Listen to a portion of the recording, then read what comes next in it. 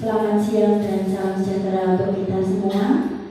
Yang terhormat Bapak Rosidi SPD selaku Kepala SD Negeri 10 Purwodadi. Yang saya hormati Bapak Ibu Guru peserta diseminasi budaya positif aksi nyata modul 1.4 yang hadir pada siang hari ini. Acara diseminasi budaya positif aksi nyata modul 1.4 Pendidikan Guru Penggerak Angkatan 7 Kabupaten Grobogan Selasa 7 Februari 2023 dimulai. Acara yang pertama adalah pembukaan. Mari Bapak dan Ibu kita buka acara pada siang hari ini dengan bacaan basmalah bersama-sama. Bismillahirrahmanirrahim. Acara yang selanjutnya adalah sambutan dari Kepala SD Negeri 10 Purwodadi. Kepada beliau Bapak Rosidi SPD kami persilahkan.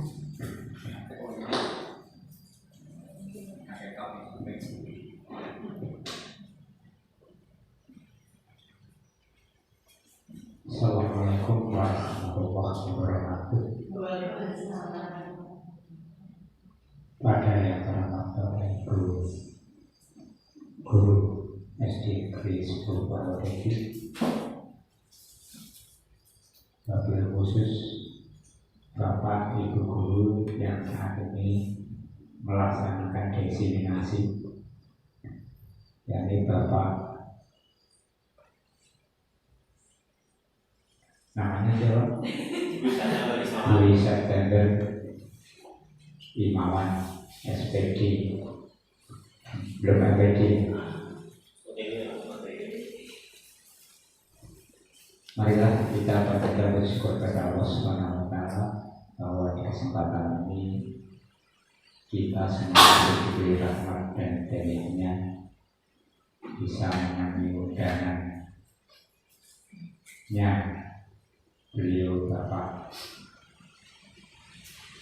Dwi September Imawan dalam rangka melaksanakan diseminasi aksi nyata modul 1.4 budaya positif di sekolah. Bapak Ibu yang saya hormati,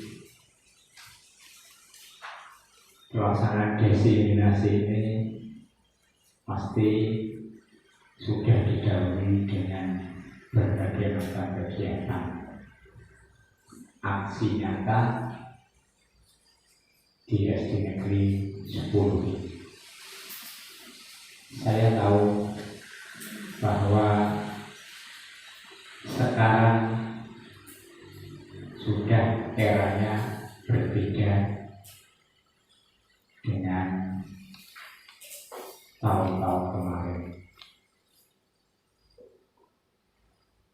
Sekarang teknologi sudah canggih. Oleh karena itu, dengan adanya teknologi canggih ini pasti banyak perubahan yang ada. Perubahan apa saja? Mungkin karena informasi ini datangnya cepat, maka perubahan siswa-siswi kita juga mengalami perubahan. Karena mereka menerima informasi begitu banyak, begitu cepat, akhirnya berubah.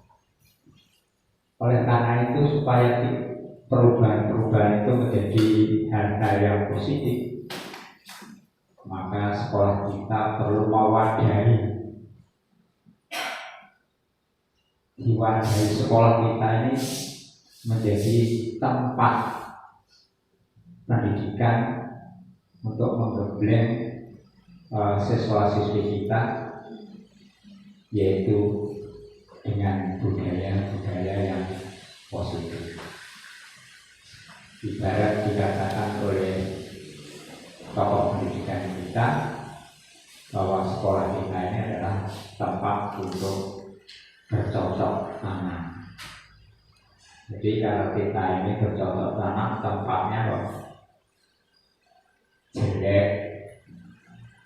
pasti hasilnya juga tidak baik. Maka tempat kita, tempat belajar siswa ini perlu adanya budaya yang positif. Dengan budaya positif inilah merupakan tempat yang cocok untuk tempat pelaksanaan pembelajaran P5. Cocok nih. Nah, oleh karena itu dengan adanya diseminasi ini kami terima kasih Pak Wawan. Bahkan dulu di minggu yang lalu itu, bukan dulu ya minggu yang lalu, Bapak guru kita, Ibu guru kita, Bu Gita juga sudah melakukan kegiatan diseminasi dengan yang sama pula judulnya, kegiatannya sama. Nah, apakah ini hanya Bapak Ibu guru yang calon guru penggerak ini saja? Ini dan Bapak Wawan dan Bu Gitanya angkatan 7 ya.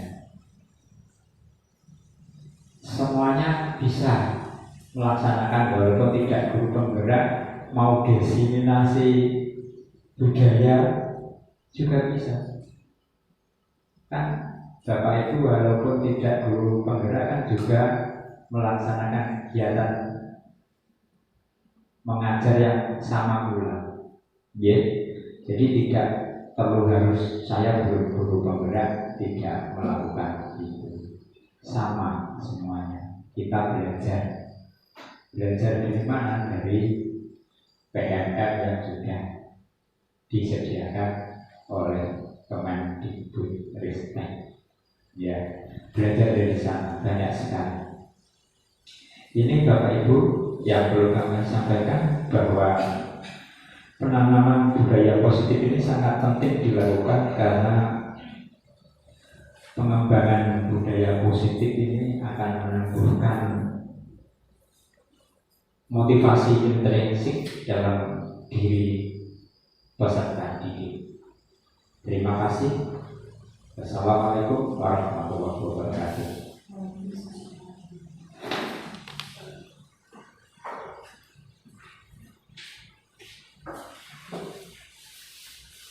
Acara yang ketiga yaitu pemaparan materi oleh beliau Bapak Dwi September Rimawan SPD SD. Bapak Dwi September Rimawan adalah calon guru penggerak angkatan 7 dari Kabupaten Gresik. Kepada Bapak Dwi September Rimawan kami persilahkan.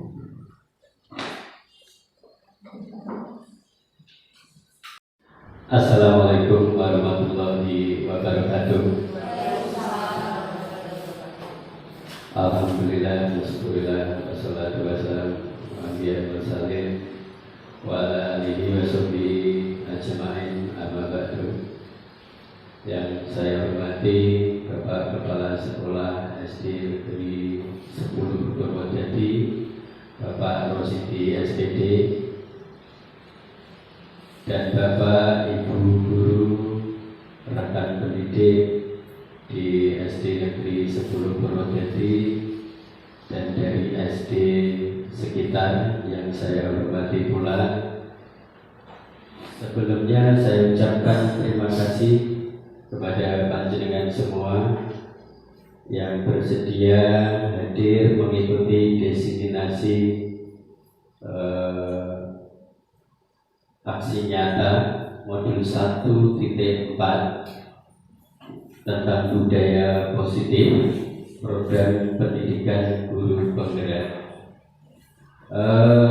Bapak Ibu semuanya, bahwa kami dari angkatan 7 itu sudah mulai dari bulan awal Oktober kita sudah menjadi mandat dari SD Negeri 10, mendapatkan izin dari Bapak Kepala Sekolah untuk mengikuti program pendidikan guru penggerak.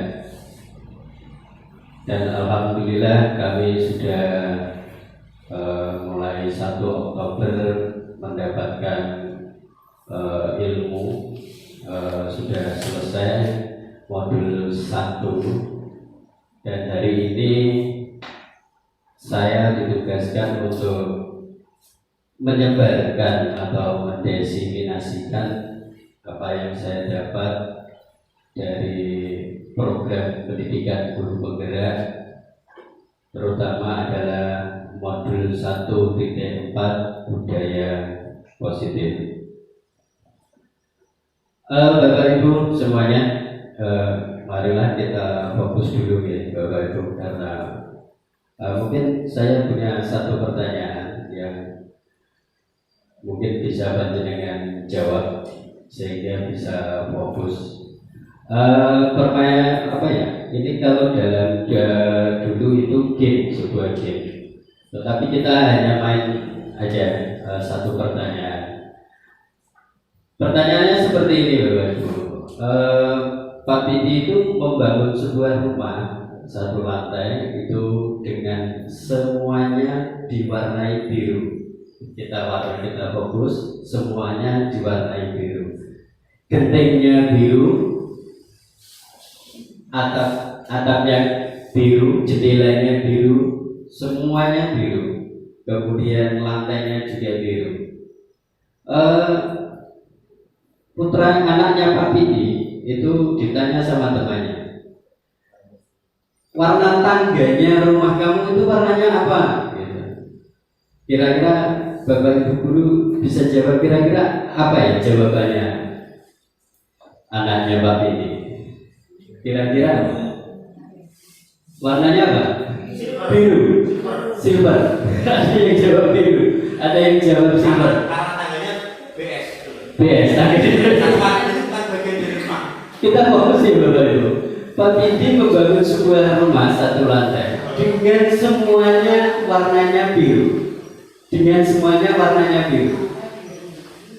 Atapnya biru, lantainya biru, dindingnya biru. Kira-kira tangganya warnanya apa Bapak Ibu? Tangganya apa? Iya betul, berarti fokus. Tidak. Kenapa? Karena tanah rumahnya 1 lantai. Ya, berarti sudah fokus gitu Bapak Ibu ya. Ya, sudah fokus. Kita lanjut. Sebenarnya ini yang kita awali dulu lah. Ya, ini perkenalan. Nama saya masih lama. Dwi September Imawan. Ini nama keberuntungan. Kemarin saya dites kesehatan, ditanya hanya ini loh. Dwi September Imawan artinya apa? Dwi itu anak kedua, September bulan 9, Imawan siang hari, awan-awan. Dah selesai. Tanya itu toh, suruh tidak ada tangani, terus pulang. Itu Budita lama loh. Budita ditanya 15 menit lebih, saya hanya situ toh. Itu berarti keberuntungan ini. Ya, ini saya Dwi September Imawan. Kemudian karena foto dari samping kelihatan perutnya rada besar ya. Saya calon guru penggerak angkatan 7 Provinsi Jawa Tengah. Kemudian saya didampingi oleh pengajar praktek yaitu Bu Endang Tri Rudati, guru SMP 3, guru BP dari SMP 3 itu guru. Kemudian saya juga difasilitasi oleh Bu Titi Juliartini. Beliau adalah PS dan pengawas sekolah dari Kabupaten Tegal. Ya. Mungkin itu dari perkenalan. Kita masuk dulu. Begini Bapak Ibu. Ketika kita kemarin ini karena istilahnya kita ini desiminasi, kita mengulas dulu bahwa apa sih yang sudah saya pelajari dari Oktober. Yang sudah saya pelajari dari Oktober yaitu modul 1 itu adalah filosofi Ki Hajar Dewantara. Kemudian modul 2 adalah nilai dan peran guru penggerak. Kemudian yang ketiga adalah visi guru penggerak, dan yang terakhir yang sudah kemarin kami pelajari yang terakhir adalah modul 4 yaitu budaya positif. Kemudian ketika kita pelajari kita saling intinya bahwa kita ini dibentuk, bahwa guru penggerak ini kita bentuk atau kita laksanakan agar guru itu bisa mencetak generasi yang sesuai dengan profil pelajar Pancasila. Ya, ini pelajar Pancasila, beriman, bertakwa kepada Tuhan Yang Maha Esa, kemudian berbinaan global, bergotong royong, kreatif, bernalar kreatif dan mandiri. Intinya itu, Bapak Ibu. Jadi kita diberikan sebuah ilmu di guru penggerak agar kita ramah anak dengan budaya positif. Kemudian kita tujuannya apa? Yaitu mencetak generasi yang siap dengan sesuai dengan profil pelajar Pancasila. Itu Bapak Ibu. Ini selanjutnya adalah tujuan pendidikan menurut Ki Hajar Dewantara.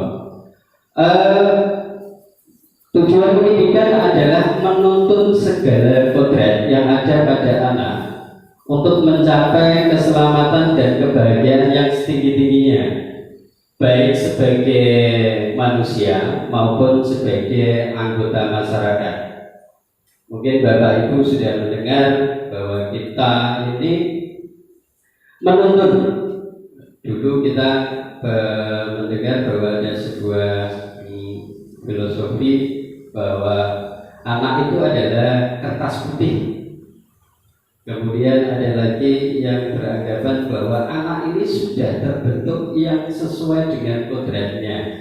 Artinya sudah ada yang bawaannya gitu, ya. Kemudian bagaimana kita menuntunnya sesuai dengan kodrat alam dan kodrat zaman, sehingga anak-anak ini nantinya itu mencapai keselamatan dan kebahagiaan, baik sebagai manusia yang pribadi maupun sebagai anggota masyarakat nantinya. Gitu. Kodrat alam, kita tahu bahwa anak ini kita didik untuk mengetahui bahwa budaya di sekitarnya, kemudian lingkungan sekitarnya, lingkungan alam sekitarnya, anak biar tidak sesuai lah, kita itu biar masuk orang Jawa tidak tahu budayanya Jawa, itu dia, itu sesuai dengan kodrat alam. Kemudian kodrat zaman itu paling tidak anak itu harus tahu dan mengikuti perkembangan zamannya. Kemudian selanjutnya adalah kita mengulas lagi ini di modul di 1.2 kita belajar nilai dan peran guru penggerak. Nilai guru penggerak itu adalah itu adalah mandiri. Kita sebagai guru harus bisa menyelesaikan apa yang menjadi permasalahan kita pribadi. Kemudian reflektif, kita harus bisa berkaca atau menilai dirinya sendiri. Kemudian bagaimana mengevaluasi. Kolaboratif, kita harus bisa bekerja sama dengan teman kita. Inovatif, kita harus bisa merubah dengan lebih baik atau paling tidak kita melakukan perubahan. Inovatif itu kadang menurut orang kok melebih turun, padahal kita inovatif karena ada perubahan. Katakanlah orang menilai ini inovatifnya kok turun, padahal anak-anak itu justru yang disukai. Berarti kita sudah melakukan inovatif, walaupun kadang dinilai orang itu tidak inovatif. Inovatif yang penting kita berani melakukan perubahan. Kemudian yang terakhir adalah berpihak pada murid. Kita harus melakukan, kalau dulu berpikir bahwa kita inilah yang utama, Sekarang kita harus berpihak pada murid. Apa yang diinginkan murid itu yang harus kita laksanakan, yang kita kerjakan. Begitu Bapak Ibu, nilai guru penggerak. Kemudian yang selanjutnya adalah peran guru penggerak. Satu, menjadi pemimpin pembelajaran. Jelas. Dua, menggerakkan komunitas praktisi. Itu juga jelas. Tiga, menjadi coach bagi guru lain. Empat, mendorong kolaborasi antar guru. Lima, mewujudkan kepemimpinan murid. Itu tadi ya Bapak Ibu, nilai dan peran guru penggerak. Selanjutnya kita belajar di 1.3 modul, yaitu visi guru penggerak. Di sini guru penggerak harus mampu mencerminkan nilai dan peran guru penggerak dalam mewujudkan profil pelajar Pancasila. Nah, ujung-ujungnya kita harus mewujudkan itu, profil pelajar Pancasila. Visi guru penggerak itu melalui inkuiri apresiatif adalah pendekatan manajemen perubahan yang kolaboratif dan berbasis kekuatan dengan menggunakan prinsip utama psikologi dan pendidikan positif. Kemudian inkuiri apresiatif lagi dimulai dengan memetakan kekuatan baik dari diri maupun dari luar diri. Gitu. Ini kunci dari kita dalam visi guru penggerak. Kuncinya menuju profil pelajar Pancasila.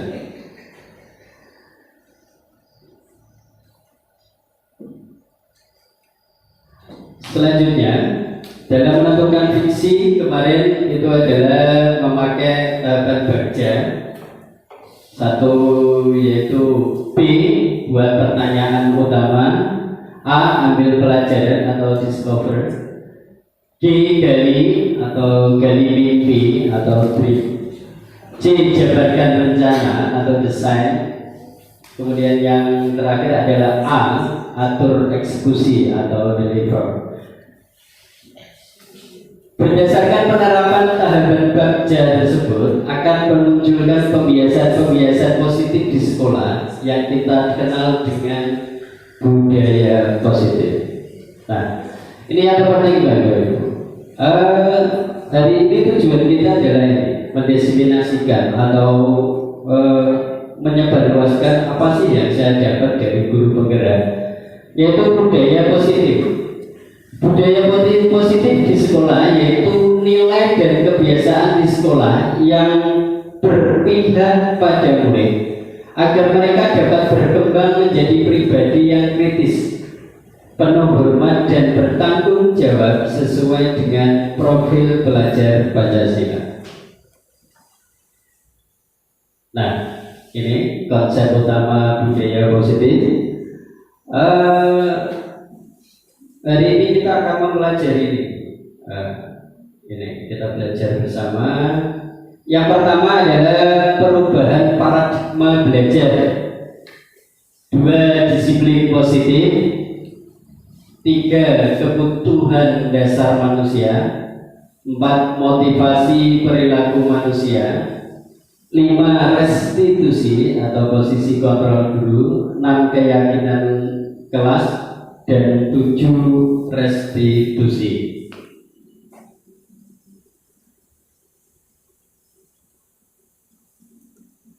Nah, ini kita awali dengan perubahan paradigma belajar. Perubahan paradigma belajar dalam membangun budaya positif sekolah dapat menyediakan lingkungan yang positif dulu, aman dan nyaman agar siswa mampu berpikir, bertindak dan mencipta dengan merdeka, mandiri dan bertanggung jawab. Kemudian, disiplin sangat berkaitan dengan kontrol guru terhadap siswa. Ini perubahan paradigma belajar. Selanjutnya, ini ada permainan sebuah game, cobalah buka. Anda dan teman Anda akan melakukan kegiatan cobalah buka. Anda adalah A, tugas Anda adalah mengepalkan salah satu tangan Anda. Mungkin kalian panjenengan boleh mencoba mengepalkan salah satu tangan Anda. Coba Anda bayangkan bahwa Anda menyimpan sesuatu yang sangat berharga di dalam kepalan tangan Anda. Ini, kalian memegang sebuah HP yang HP mah isinya adalah privasi kalian. Ya, ya, ini privasi kalian saya. Dan boleh ada yang pegang. Kemudian Anda perlu menjaga benda tersebut sekuat tenaga. Kemudian teman Anda yang B itu bertugas adalah berusaha agar panjenengan yang A tadi bisa membuka tangannya sehingga apa yang digenggam tangan A itu bisa dikuasai oleh B. Coba Bapak Ibu, panjenengan coba. Tetapi bayangkan aja lah ini. Kalau bapak mungkin yang paling berharga istri kan, bayangkan yang digenggam ini istri kalian. Ya, bayangkan. Kemudian yang B itu bisa menggelitik, kemudian mengganggu agar apa yang digenggam itu bisa terbuka. Tentunya apa yang terjadi Bapak Ibu? Ini, apakah Anda atau A membuka kepalan tangan Anda walaupun tadi diganggu? Mengapa hal itu dilakukan? Kenapa kalian membuka tangan? Kira-kira terbuka atau tidak? Walaupun dikit-dikit? Tidak ya? Tidak. Karena ini ada yang berharga. Ini ada emas mulianya ini. 24 karat calon dan juga ini emas khusus nanti buat tunangan katanya Pak Bibli. Jadi tidak dilepaskan ini. Padahal yang tangan kirinya ada. Tentunya akan dipertahankan ya Bapak Ibu ya, akan dipertahankan. Jadi apa yang digenggam tadi karena ini berharga sekali, jadi dipertahankan. Kemudian pertanyaan kedua, apakah Anda atau A menutup kepalan tangan Anda? Mengapa dan apa alasannya? Tetap tertutup ya Bapak Ibu ya? Tertutup. Kenapa alasannya? Kira-kira? Ya betul. Ingin mempertahankan sesuatu yang penting, termasuk mempertahankan sebuah hubungan Bapak Ibu ya. Dalam kegiatan ini sesungguhnya siapa yang memegang kendali atau kontrol membuka itu berarti diri sendiri. Yang A mempertahankan apa yang sangat berharga tadi, ya itu. Kemudian selanjutnya teori kontrol Dr. William Glaser itu meluruskan beberapa miskonsepsi tentang makna kontrol. Ini berbeda. Yang pertama adalah ilusi guru mengontrol murid. Ini kita pada dasarnya kita tidak dapat memaksa murid untuk berbuat sesuatu jikalau murid tersebut memilih untuk tidak melakukannya. Kemudian, walaupun tampaknya guru sedang mengontrol perilaku murid, dan demikian terjadi karena murid sedang mengizinkan dirinya dikontrol. Ini, jadi kita ini dasarnya bahwa kita ini mempunyai ilusi bahwa anak itu bisa kita kontrol, walaupun sebenarnya anak itu mengontrol, mengizinkan kita mengontrol. Bisa jadi itu adalah keterpaksaan. Kemudian yang kedua, ilusi bahwa semua penguatan positif efektif itu dapat bermanfaat. Penguatan positif atau bujukan adalah bentuk-bentuk kontrol segala usaha untuk mempengaruhi murid agar mengulangi sesuatu perilaku tertentu. Adalah suatu usaha mengontrol murid tersebut. Yang ketiga, ilusi bahwa kritik dan membuat orang merasa bersalah dapat menguatkan karakter. Menggunakan kritik dan rasa bersalah untuk mengontrol murid menuju pada identitas gagal, Bapak Ibu. Mereka belajar untuk merasa buruk tentang diri mereka. Mereka mengembangkan dialog diri yang negatif. Ini. Kemudian yang terakhir, yang keempat adalah ilusi bahwa orang dewasa memiliki hak untuk memaksa. Ternyata ini sebuah ilusi, Bapak Ibu. Jadi ketika kita memaksa anak didik, ini adalah ilusi.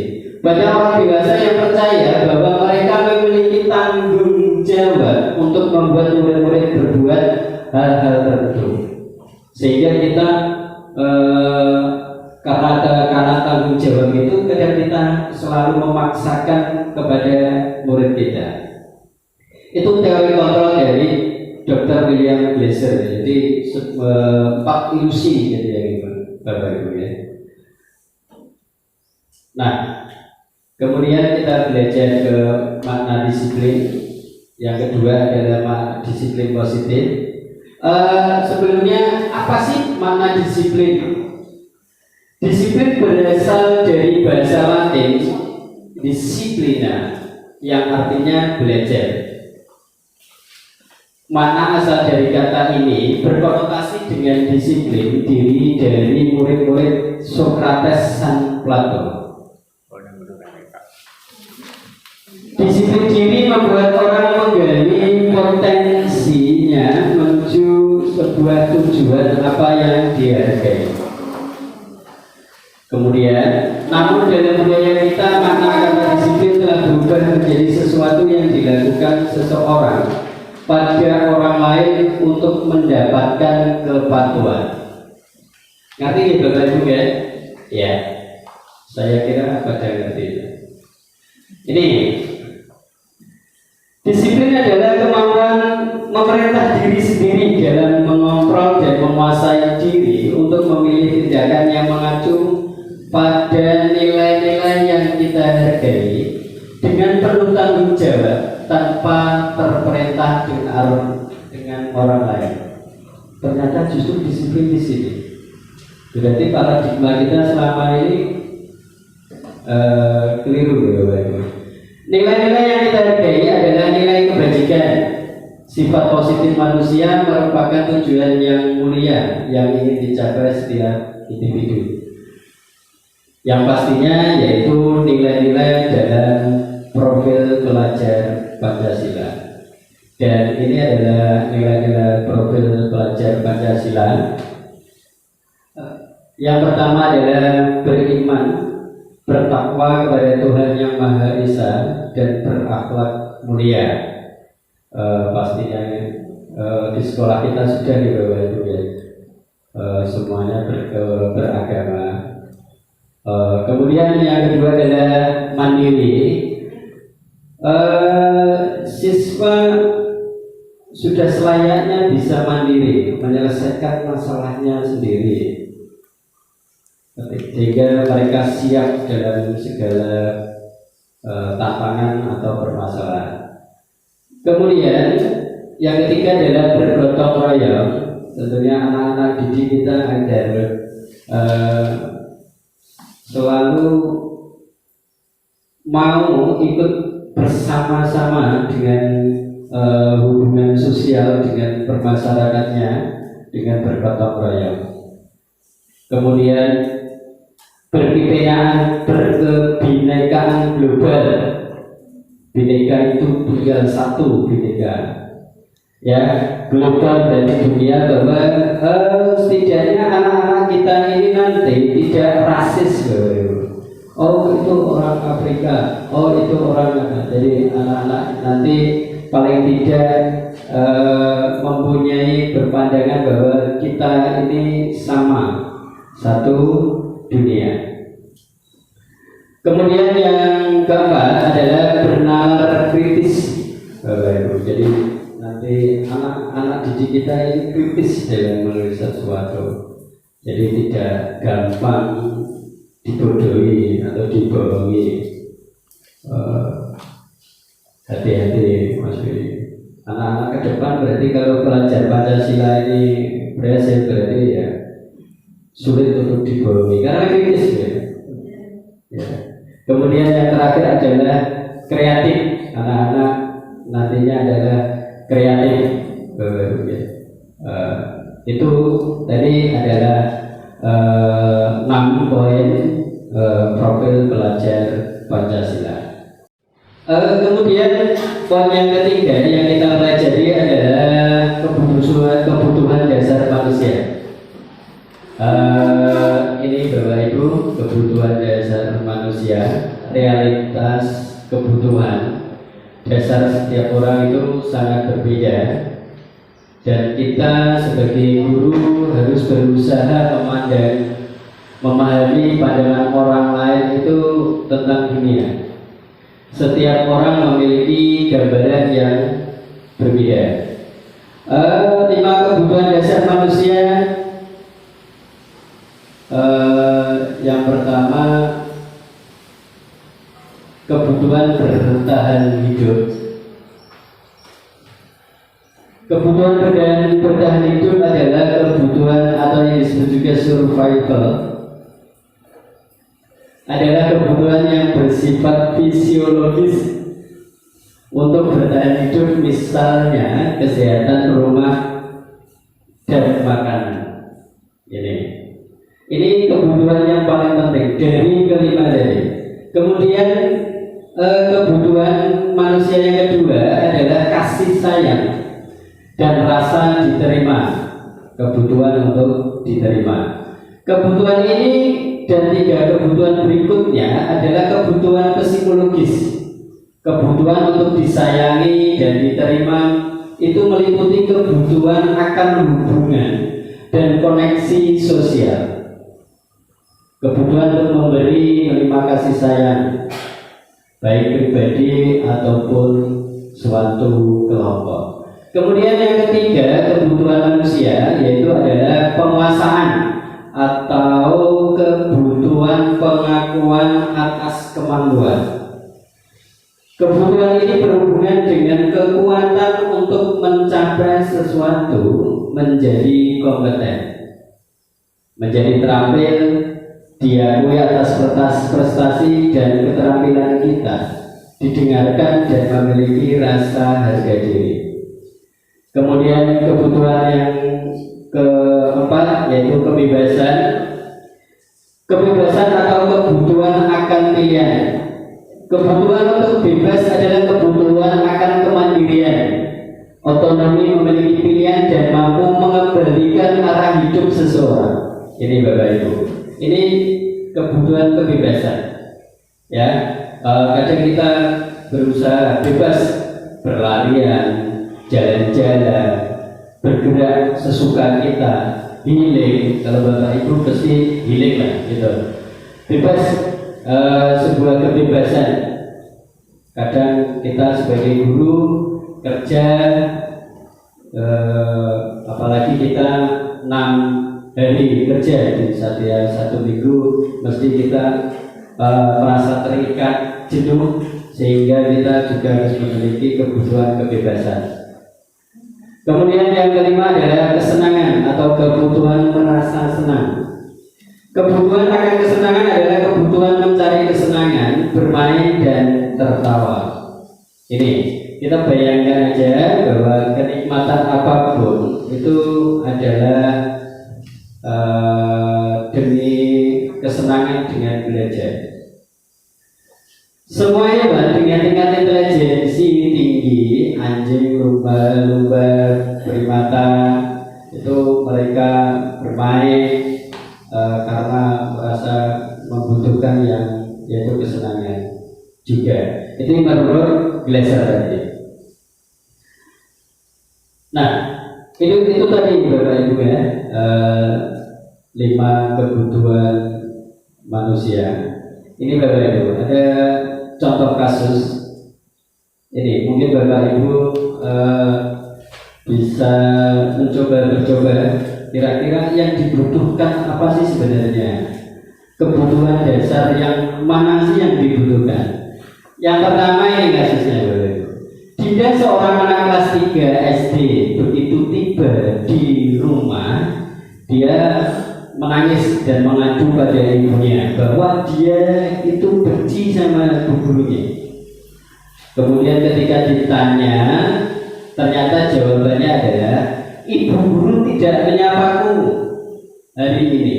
Padahal aku kan pakai jepit rambut yang baru. Kira-kira apa Bapak Ibu? Apa Bapak Ibu? Hah? Kesenangan, bertahan hidup, kebebasan, atau apa? Cinta. Ya, cinta dan kasih sayang. Ya, ini Bapak Ibu. Itu beberapa kasus sebenarnya.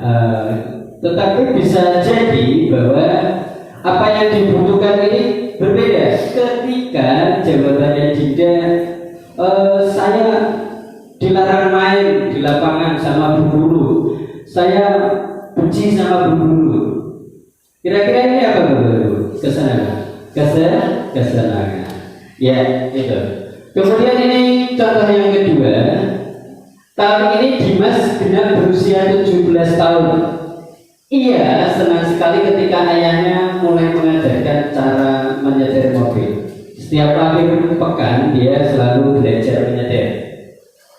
Ia terlihat senang sekali berlatih. Akhirnya dia bisa berlatih dengan baik dan lancar. Ketika ibunya bertanya, apa sih yang membuat dia bisa menyetir? Kemudian Dimas menjawab, menyetir mobil itu seru, Ibu. Nah, kira-kira apa ya, Bapak Ibu? Kebutuhan mana yang dipenuhi, yang telah terpenuhi tadi? Kebebasan atau kesenangan? Kebebasan atau kesenangan? Kesenangan. Kalau jawabannya Dimas ini adanya seperti ini, Bapak Ibu. Karena saya itu naik mobil, saya bebas, saya ngajak teman-teman saya itu bebas ke sana kemari. Itu berarti kebutuhan apa Bapak Ibu? Kebebasan. Nah, itu. Itu tadi ya Bapak Ibu. Mengerti ya Bapak Ibu ya? Ini tadi 5 kebutuhan dasar manusia. Jadi kita identifikasi sih apa sih yang dibutuhkan anak sehingga kok seperti ini. Yang di SD itu biasanya anaknya itu pendiam, ketika ada masalah diam. Ya Bapak Ibu ya. Kemudian anak-anak itu kadang biasanya sak senengin diri, apa itu? Sesukanya sendiri, sesuka hati. Nah, itu. Itu. Tetapi bagaimanapun juga semuanya tetap harus dikontrol oleh Bapak Ibu guru. Kemudian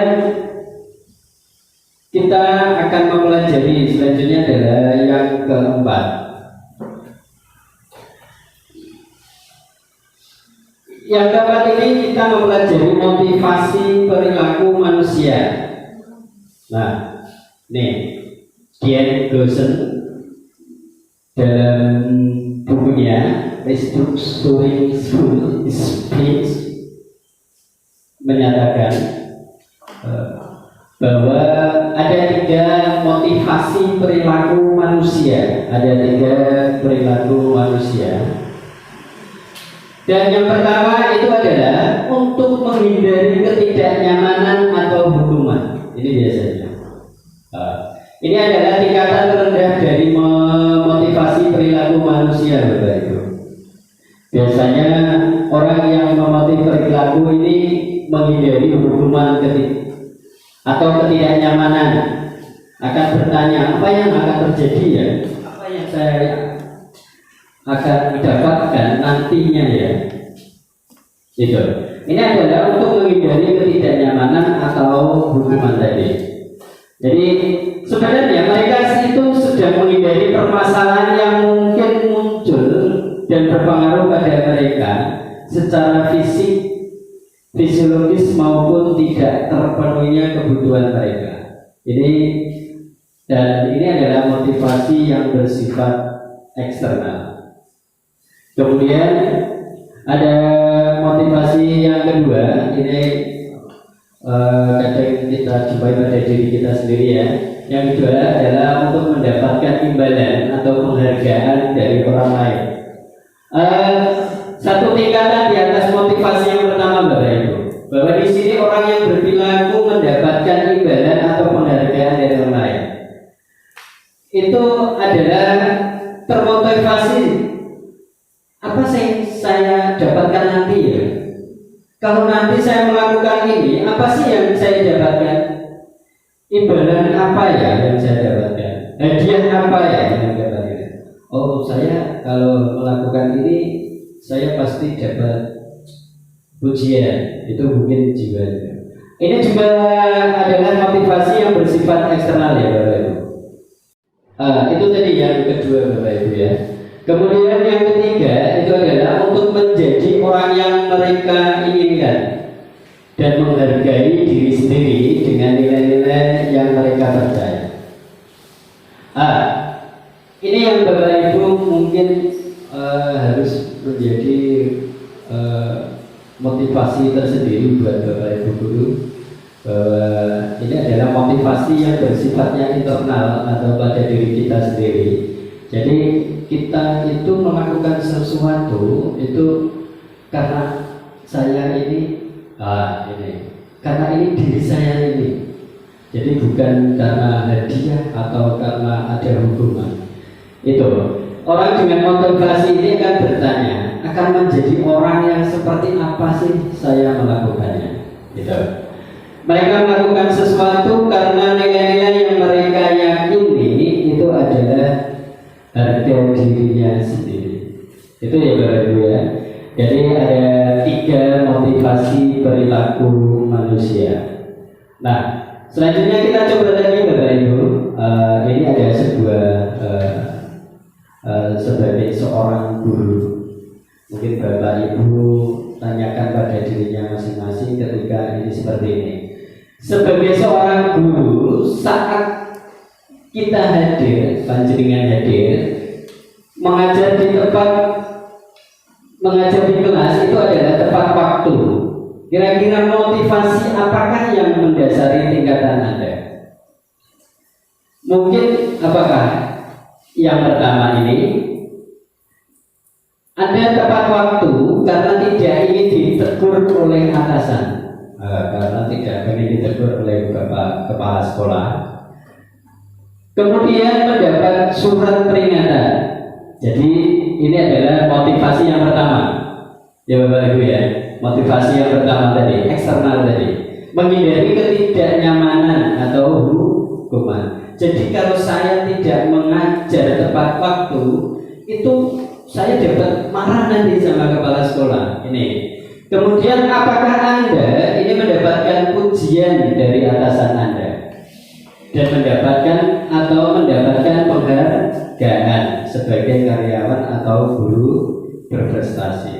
Ini yang kedua, mendapatkan imbalan atau penghargaan dari orang lain. Atau yang ketiga Bapak Ibu, kita ini datang di kelas tepat waktu itu dikarenakan menghargai dirinya sendiri. Karena saya ini adalah guru yang harus bisa menjadi tauladan atau contoh kepada murid-muridnya. Kira-kira panjenengan yang mana Bapak? Yang pertama, yang kedua, atau yang ketiga? Atau yang ini, yang semi campur, yang ini campur itu ya karena ada yang motivasi yang pertama, motivasi yang kedua, dan yang motivasi ketiga. Kira-kira yang mana Bapak? Yang ketiga, ya. Mungkin yang pertama ini yang ketiga. Yang jawaban kita pasti semuanya yang ketiga. Karena kita sudah lama menjadi guru pasti nomor 3. Dan ternyata ketika kita sudah melaksanakan nomor 3, itu nomor 2 dan nomor 1 kita dapatkan ya Bapak. Pujian. pastilah kita dapat penilaian dari Bapak Kepala Sekolah kalau kita datang tepat waktu. Ya Bapak Ibu. Kemudian kita pasti tidak akan terhindar dari hukuman. Jadi itu Bapak Ibu. Jadi kita kembalikan bahwa motivasi itu pada yang datang dari diri sendiri itu. Nah, selanjutnya adalah hukuman dan konsekuensi atau sanksi. Ini ada sebuah kasus Bapak Ibu. Iva kurang menguasai pelajaran matematika, sehingga saat pelajaran berlangsung dia diam diri, atau kadang dia menggambar di buku pelajarannya.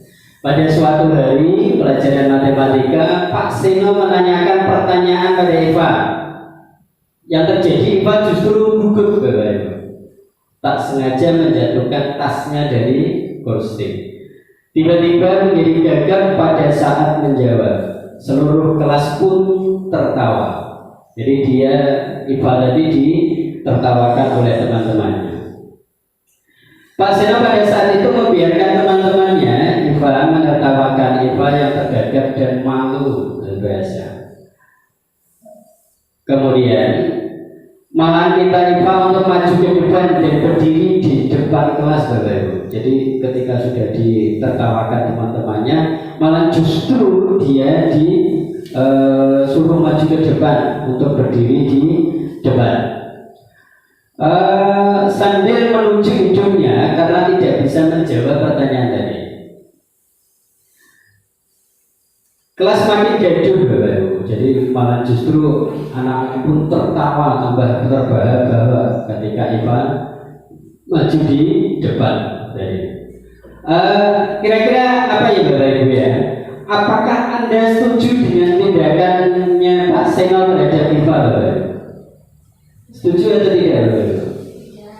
Setuju atau tidak? Tidak. Ya, tidak. Kira-kira tindakan Pak Seno terhadap Eva adalah sebuah hukuman atau konsekuensi Bapak? Hukuman atau konsekuensi? Iya, Bapak betul. Hukuman. Jadi ini hukuman bersifat tidak terencana Bapak, spontan atau tiba-tiba. Jadi Eva menjatuhkan buku, tiba-tiba ditanya, gagap, akhirnya dia suruh maju aja. Kamu maju, tunjuk tuh hidung, berdiri di kelas. Justru dia malah justru itu spontan. Anak atau murid tidak tahu apa yang akan terjadi dan tidak dilibatkan. Hukuman bersifat satu arah dari pihak guru yang memberikan dan murid hanya memberikan suatu hukuman tanpa melalui suatu kesepakatan. Jadi guru memberikan hukuman itu tanpa kesepakatan. Kemudian hukuman yang diberikan bisa berupa fisik maupun psikis. Murid atau anak disakiti suatu perubahan atau kata-kata. Itu. Sedangkan konsekuensi itu adalah sesuatu yang sudah terencana, yang sudah disepakati, sudah dibahas dan disetujui oleh murid dan guru. Umumnya bentuk-bentuk konsekuensi dibuat oleh pihak guru dan murid mengetahui sebelum konsekuensi yang akan diterima atas pelanggarannya. Itu. Ini Bapak Ibu adalah perbedaan hukuman dan konsekuensi. Hukuman sesuatu yang menyakitkan harus terjadi. Konsekuensi sesuatu harus terjadi. Hukuman membuat anak sakit maupun fisik ataupun hati. Sedangkan konsekuensi adalah membuat anak merasa tidak nyaman. Kemudian anak membenci kedisiplinan ketika kedua hukuman. Konsekuensi ini anak menghargai disiplin.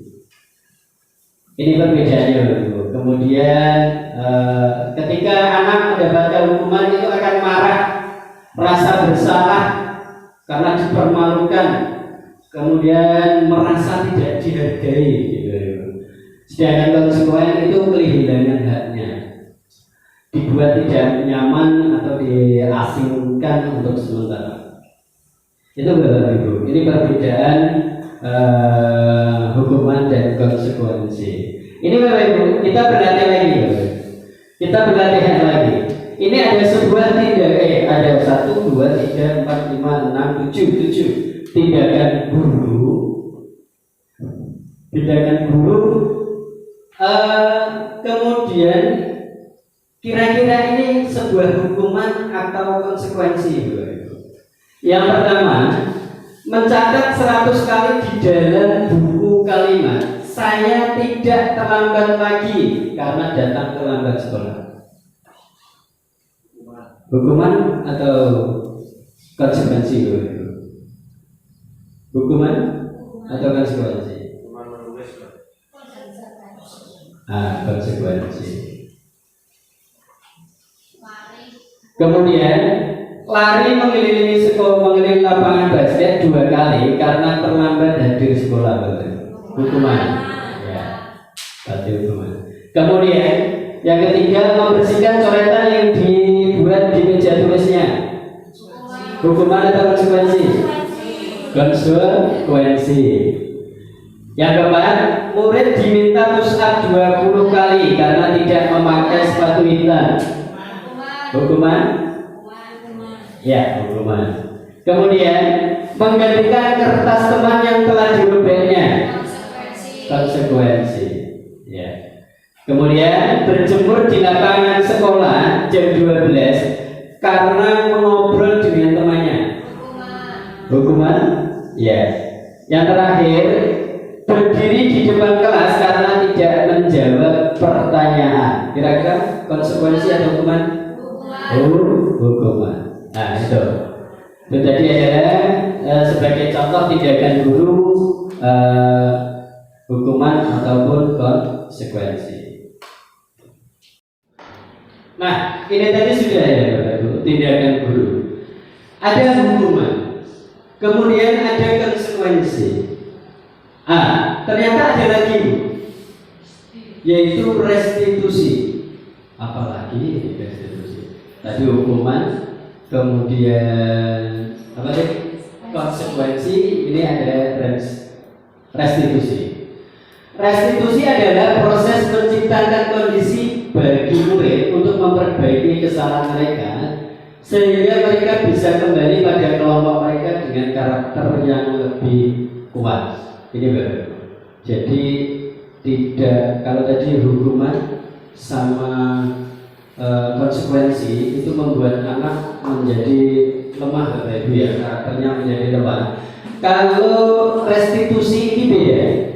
Jadi ketika dilaksanakan ini justru akan menjadi lebih kuat. Itu. Selanjutnya ini Bapak Ibu, ini adalah hukuman, kemudian konsekuensi, dan yang terakhir adalah restitusi. Jadi ini hukuman itu sesuatu yang menyakitkan harus terjadi. Kemudian konsekuensi adalah sesuatu yang harus terjadi. Sedangkan restitusi adalah merupakan pilihan. Nanti akan kami jelaskan lagi. Kemudian hukuman itu murid akan tersakiti. Sedangkan konsekuensi murid dibuat tidak nyaman. Yang ketiga, restitusi adalah anak akan mendapatkan penguatan justru. Kemudian pada hukuman, murid akan membuat murid itu membenci peraturan baru. Kemudian konsekuensi itu murid akan menghormati peraturan. Sedangkan restitusi adalah anak akan menghormati dirinya dan orang lain. Itu Bapak Ibu. Jadi ada hukuman, kemudian konsekuensi, ada restitusi. Nah, ini Bapak Ibu ciri-ciri restitusi. Restitusi dilakukan satu, bukan untuk menebus kesalahan, namun untuk belajar dari kesalahan. 2, memperbaiki hubungan. 3, restitusi itu adalah tawaran, bukan paksaan. 4. Restitusi itu menuntun untuk melihat ke dalam diri. 5. Restitusi mencari kebutuhan dasar yang mendasari tindakan. 6. Restitusi diri adalah cara yang paling baik. 7. Restitusi fokus pada karakter bukan tindakan. 8. Restitusi itu fokus pada solusi. 9. Restitusi itu mengembalikan murid yang berbuat salah itu pada kelompoknya. Jadi berbeda sekali pada hukuman dan konsekuensi. Karena ini kita katakan ciri yang terakhir Bapak Ibu. Kalau hukuman dan konsekuensi mesti anak-anak yang mendapatkan itu kadang tidak diterima dengan kelompoknya gitu. Tetapi dalam restitusi justru anak-anak ini nanti justru diterima di kelompoknya. Selanjutnya, nah ini restitusi, posisi kontrol guru di sini. Jadi ketika ini menurut Dian Gosen itu posisi kontrol guru itu ada 5. Yang pertama adalah penghukum, kemudian pembuat merasa bersalah, ketiga menjadi teman, kemudian pemantau, kemudian manajer. Tanpa kita sadari mungkin kita pernah semuanya Bapak Ibu ya. Itu ya. Selanjutnya ini Bapak Ibu. Peran kita sebagai penghukum dengan kasus Adi yang terlambat hadir di sekolah. Ketika kita berposisi menjadi penghukum, itu ini bacanya Bapak Ibu. Terlambat lagi, pasti terlambat lagi. Dimarahin malah. Selalu datang terlambat. Kapan bisa datang tepat waktu?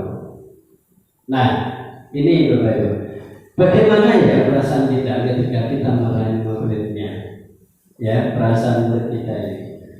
Hasilnya kemungkinan muridnya justru marah dan mendendam atau bersifat agresif. Ini sebagai contoh adalah kasus tadi Adi yang terlambat hadir di sekolah. Dengan kasus yang sama, ketika kita membuat merasa bersalah, ini Bapak Ibu, Adi yang terlambat ke sekolah, mungkin jawaban kita adalah seperti ini. Adi, kamu ini bagaimana ya? Kamu sudah berjanji loh dengan Bapak Ibu guru tidak akan terlambat lagi. Kamu kenapa senang sekali mengecewakan ibu? Ibu berguru itu benar-benar kecewa sama kamu. Nah, akhirnya apa? Siswa kita yang kita berikan bahasa seperti ini akan merasa bersalah. Wah, tindakan saya membuat kecewa Bapak Ibu guru ternyata. Nah, ini kita juga pernah melakukan Bapak Ibu ya. Ini kita berada di posisi kedua ini, yaitu membuat merasa bersalah. Yang biasanya justru hasilnya seperti ini Bapak Ibu. Murid akan merasa bersalah karena mengecewakan ibu tadi, mengecewakan Bapak Ibu guru. Kemudian murid akan merasa menjadi orang yang gagal, menjadi orang yang gagal. Posisi yang selanjutnya itu adalah yang ketiga, dengan kasus yang sama, contoh kasus yang sama, adik yang terlambat hadir di sekolah. Di posisi yang ketiga ini kita menjadi teman Bapak. Maka jawaban kita seperti ini. Adi, ayolah, bagaimana sih kamu? Kemarin kamu sudah janji loh kepada Bapak Ibu guru, kamu terlambat lagi. Kenapa kamu terlambat lagi? Sambil tertawa dengan saya. Ya sudah, tidak apa-apa. Duduk dulu sana. Nanti Bapak Ibu guru akan bantu kamu. Nanti kalau kamu ada kesulitan, saya bantu kamu. Justru seperti itu. Ya, kita juga pernah pasti melakukan seperti ini. Nah, inilah seperti ini posisi kita ini sebagai teman. Dan apa hasil dari murid kita pastinya akan merasa senang karena merasa akrab. Ini termasuk dampak positif Bapak Ibu. Hanya saja sisi negatifnya, kadang murid itu kebablasan kalau bahasa Jawanya ya, atau lepas kontrol sehingga selalu tergantungan pada Bapak Ibu guru. Nah, terlambat tidak apa-apa, tenang. Bapak Ibu guru itu teman saya dan saya terlambat tidak apa-apa pasti. Itu makanya jangan sering kita lakukan. Nah, kemudian dengan kasus yang sama tadi yang terlambat lagi, ini Bapak kita menjadi pemantau. Adik, tahukah kamu jam berapa kita mulai? Tahu Pak? Kamu terlambat 15 menit. Apakah kamu mengerti konsekuensi yang harus dilakukan? Paham Pak? Saya harus tinggal kelas pada jam istirahat. Nanti dan mengerjakan tugas ketinggalan saya. Ya benar, nanti pada saat jam istirahat kamu harus tinggal kelas untuk menyelesaikan tugas yang tertinggal tadi. Nah, di sini posisi kita adalah sebagai pemantau apa yang dilakukan Aji selanjutnya tadi. Tetapi apa hasilnya? Murid memahami konsekuensi yang harus telah lakukan. Kemudian guru tidak menunjukkan suatu emosi, itu Bapak Ibu ya. Yang terakhir adalah posisi sebagai pemantau. Tadi pemantau, sekarang pemantau. Oh, sama. Oh ya, yang kelima adalah manajer. Nah ini Bapak Ibu, ketika Adi yang terlambat dari sekolah, Adi, apakah kamu mengetahui jam berapa? Tahu Pak? Jam 7. Ya, jadi kamu terlambat karena kan kita sudah sepakat kita datang jam 7:15. Ya Pak, saya terlambat untuk mengerjakan tugas yang tertinggal.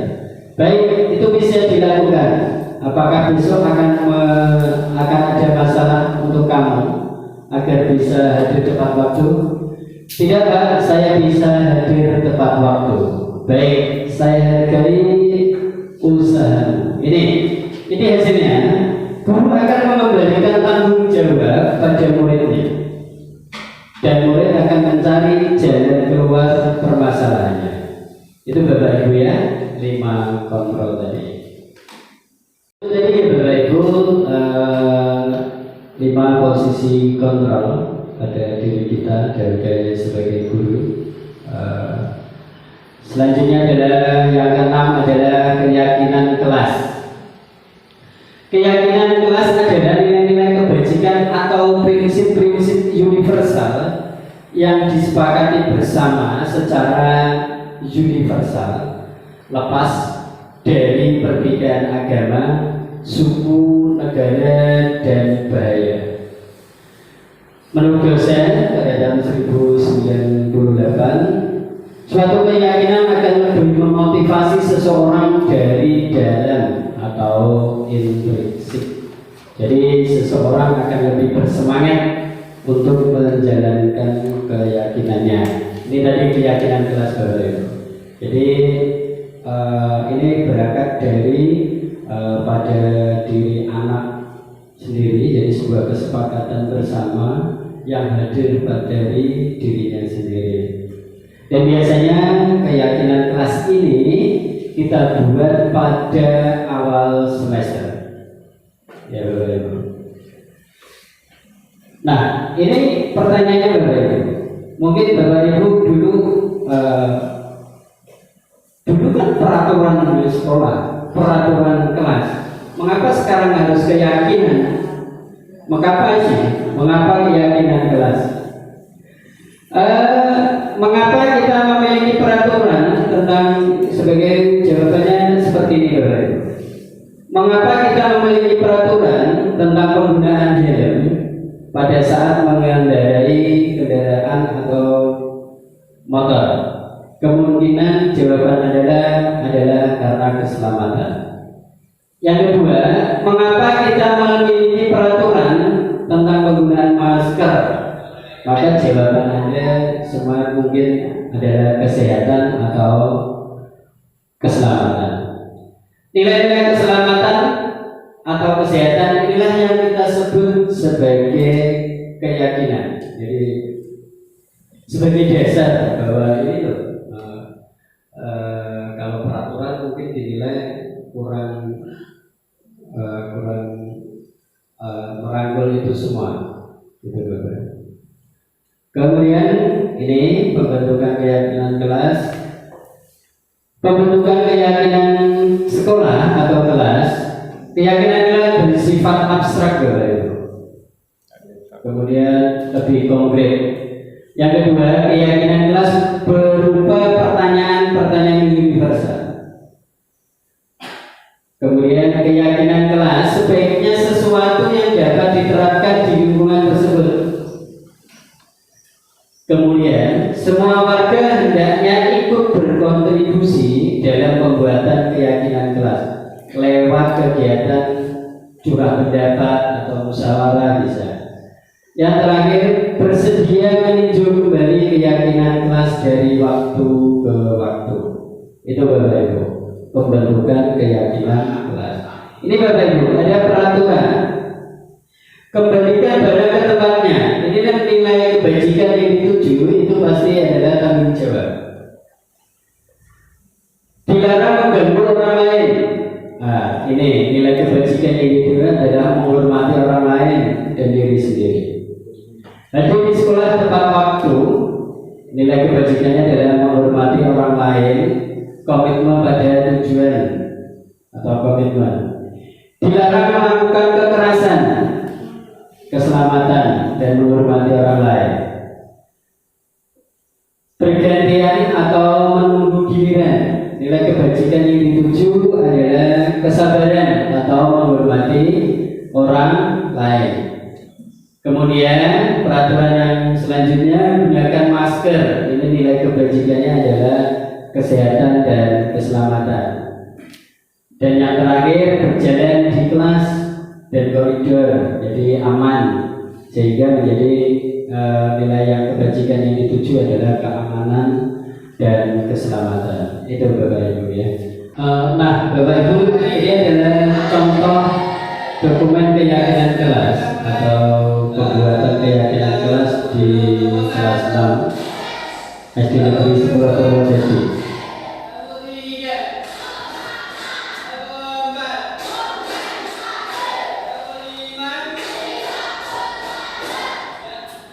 Ini sebagai contoh gurunya suaranya cempreng.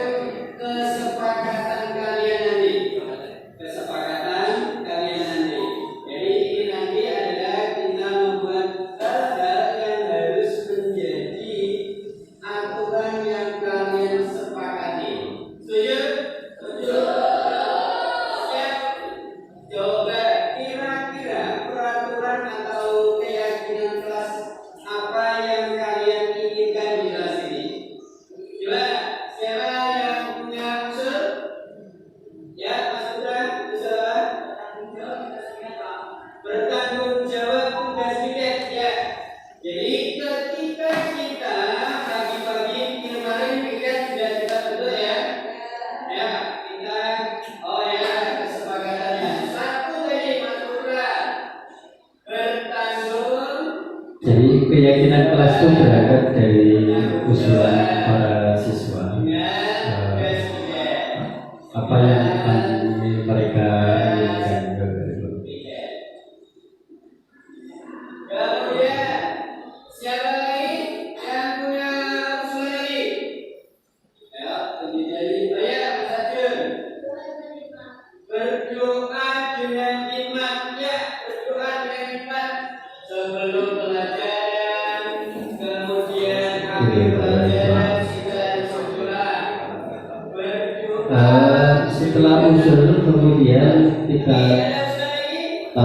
arahkan pada anak-anak. Ada lagi? Tidak ada? Selesai? Oh, coba kita ulangi lagi. Bisa sepakati ya. Satu, keyakinan kelas 6. Bismillah ini. Dari usulan tadi kita tampung, kemudian kita tanyakan pada anak-anak. Apakah anak-anak setuju dengan pendapat teman-teman tadi? Yang keempat, saling tolong. 5, datang tepat waktu. Selalu mengerjakan tugas, sepakat? Lagi-lagi ya, selalu. Itu tadi Bapak Ibu ya, sebagai contoh pembentukan keyakinan kelas. Jadi kemudian hasil dari keyakinan kelas tadi bisa kita buat sebuah narasi di kelas, anak-anak memasang. Kemudian ini bentuk keyakinan kelas. Ini kalau anak-anak kelas 6 pasti lebih bisa ya, mungkin kalau anak kelas 5, kelas anak kecil pasti kesulitan. Kalau ini kan sudah akhirnya dibuat anak-anak menjadi kreatif. Ini adalah keyakinan kelas Bapak Ibu, kelas 6 yang disepakati. 1, datang tepat waktu. 2, berdoa dengan hikmat. 3, selalu disiplin. 4, saling tolong-menolong. 5, selalu disiplin. 6, menjaga kebersihan dan kerapinan. 7, bertanggung jawab dengan piket. 8, fokus pada saat pelajaran. 9, selalu mengerjakan tugas. 10, bersifat sopan. 11, bertindak jujur.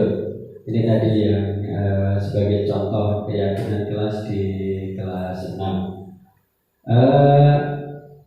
Yang terakhir kita mempelajari segitiga restitusi Bapak Ibu. Segitiga restitusi adalah proses menciptakan kondisi bagi murid untuk memperbaiki kesalahan mereka, sehingga mereka bisa kembali pada kelompok mereka dengan karakter yang kuat. Jadi melalui restitusi guru ini dapat membantu murid menjadi lebih memiliki tujuan, disiplin, positif, serta memulihkan dirinya sebagai berbuat salah. Ini berbeda dengan hukuman dan konsekuensi, Bapak Ibu ya.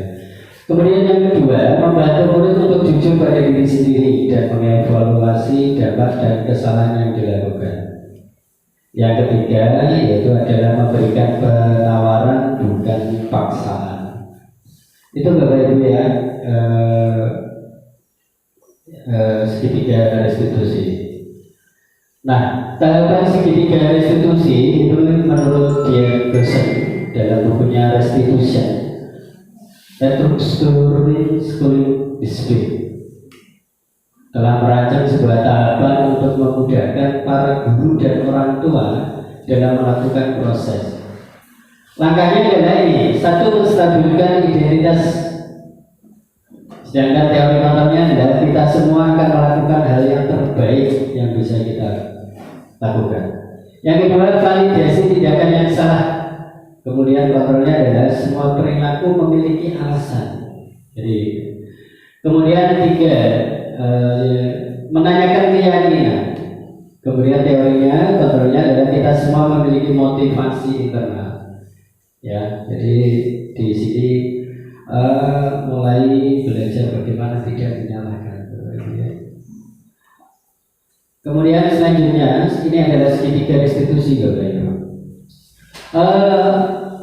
Di segitiga restitusi tadi sudah dijelaskan bahwa yang pertama di kelas kita ada keyakinan kelas yang telah kita sepakati, ya.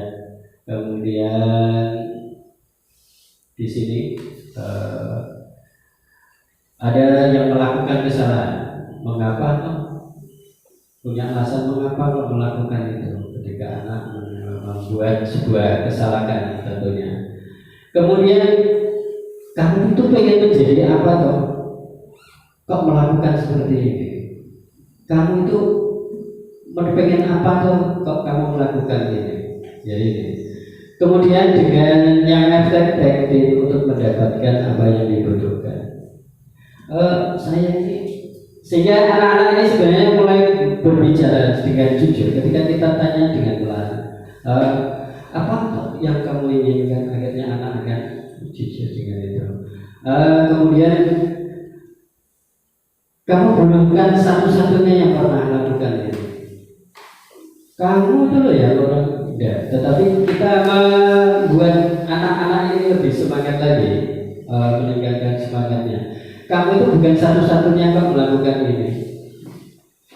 Setiap orang pasti pernah melakukan kesalahan. Itu Bapak Ibu. Ini segitiga itu restitusi. Jadi menanyakan apa yang terjadi, kemudian validasi tindakan yang salah, kemudian menstabilkan identitas. Itu tadi. Ini sebagai contoh, Bapak Ibu. Penemuan segitiga restitusi. Putra melakukan kesalahan usil. Dia melempar plastik berisi air ke temannya, sehingga temannya menangis, Bapak Ibu. Akhirnya putra ini saya panggil ke kelas dengan bersendiri. Kemudian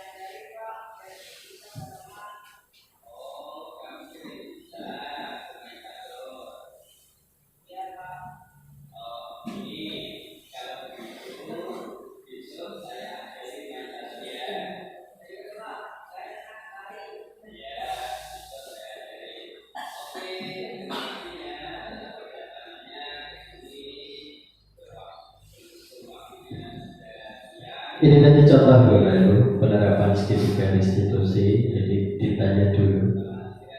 Jadi jangan di depan anak-anak lainnya ya Bapak Ibu, dipanggil ke kantor atau di ruangan sendiri. Kemudian ditanya kesalahannya, karena kemudian dia berusaha jujur. Kemudian kita ketika dia merasa lemah karena melakukan kesalahan, kemudian kita tingkatkan ya mentalnya tadi dengan menekan, oh itu bukan kamu aja kok yang membuat salah, semua orang pasti bisa melakukan hal kesalahan itu. Kemudian kenapa sih kamu melakukan kesalahan itu? Saya melakukan kesalahan ini karena ini Bapak, saya sebenarnya pengen ini loh, tapi saya tidak keturutan, sehingga kita akhirnya harus menuruti keinginannya apa sih kira-kira ini, sehingga anak ini tidak akan melakukan usil lagi kepada temannya. Sebagai contoh ini tadi, Mas Putra pengen bisa main catur. Kalau dia bisa main catur, dia akan bermain yang lebih positif daripada usil dengan temannya. Itu tadi.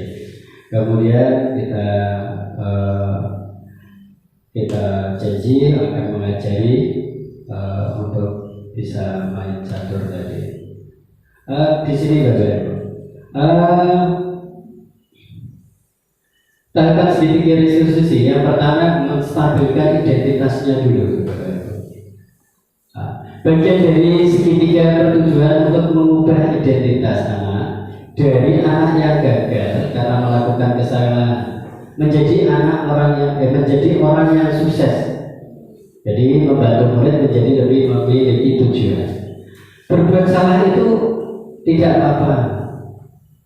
Tidak ada manusia kok yang sempurna. Saya juga pernah melakukan kesalahan itu. Kita bisa menyesali. Bapak Ibu tidak tertarik mencari siapa yang salah, tapi Bapak Ibu ingin mencari solusi dari permasalahan ini. Anak mendengar ini, wah, gitu. Berbeda ketika kita melakukan hukuman ataupun apa Bapak Ibu? Konsekuensi. Ya, itu. Yang kedua adalah tahapan yang kedua, validasi atau tindakan yang salah. Setiap tindakan kita lakukan dengan sesuai tujuan, yaitu memenuhi kebutuhan dasar. Kalau kita memahami kebutuhan dasar, apa yang mendasari sebuah tindakan, kita akan bisa menemukan cara-cara yang paling efektif. Itu. Padahal kamu bisa melakukan yang lebih buruk dari ini. Kamu pasti punya alasan. Kamu kenapa melakukan ini? Kamu patut bangga pada dirimu sendiri karena kamu telah melindungi sesuatu yang penting buatmu. Kamu boleh mempertahankan sikap itu, tapi kamu harus menambahkan sikap yang lebih baik. Jadi ketika dia sudah mulai tidak down, ya, dia mulai kita berikan masukan. Kamu bisa loh, harusnya tidak begitu. Kamu bisa, sebenarnya kamu pengen apa loh? Biar tidak melakukan itu, biar tidak usir sama temannya, kamu pengen melakukan apa loh? Gitu. Jadi anak-anak merasa, wah saya ini diperhatikan sama saya.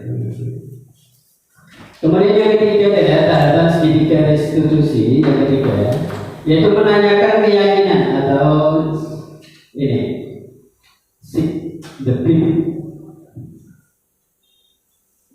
Ya, teori Longkel mengatakan bahwa kita pada dasarnya termotivasi secara internal. Jadi ketika identitas sukses telah tercapai, maka satu yang tadi, kemudian tingkah laku yang salah telah divalidasi, langkah dua, maka anak akan siap dihubungkan dengan nilai-nilai yang dia percaya dan berpindah menjadi orang-orang yang dia inginkan. Pertanyaan-pertanyaan di bawah ini yang menghubungkannya, itu. Apa yang kita percaya sebagai kelas atau keluarga? Apa nilai-nilai umumnya yang kita telah sepakati? Apa bayangan kita tentang kelas ideal? Yang terakhir adalah kamu mau jadi orang yang seperti apa? Itu Bapak Ibu.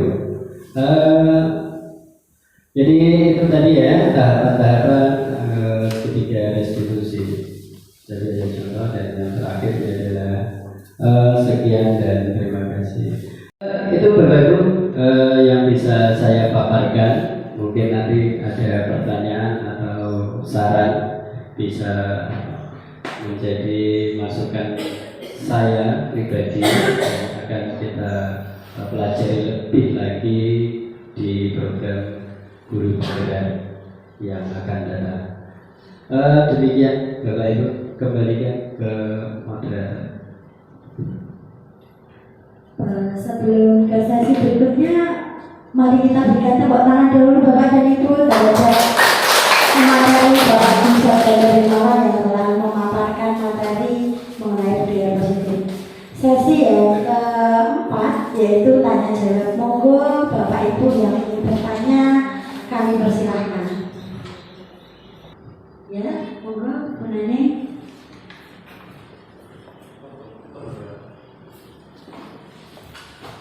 Ya, terima kasih. Di sini saya mau bertanya Pak tentang yang Pak Wawan designasi tadi. posisi kontrol yang paling tepat bagi seorang guru itu apa ya Pak? Ya, terima kasih.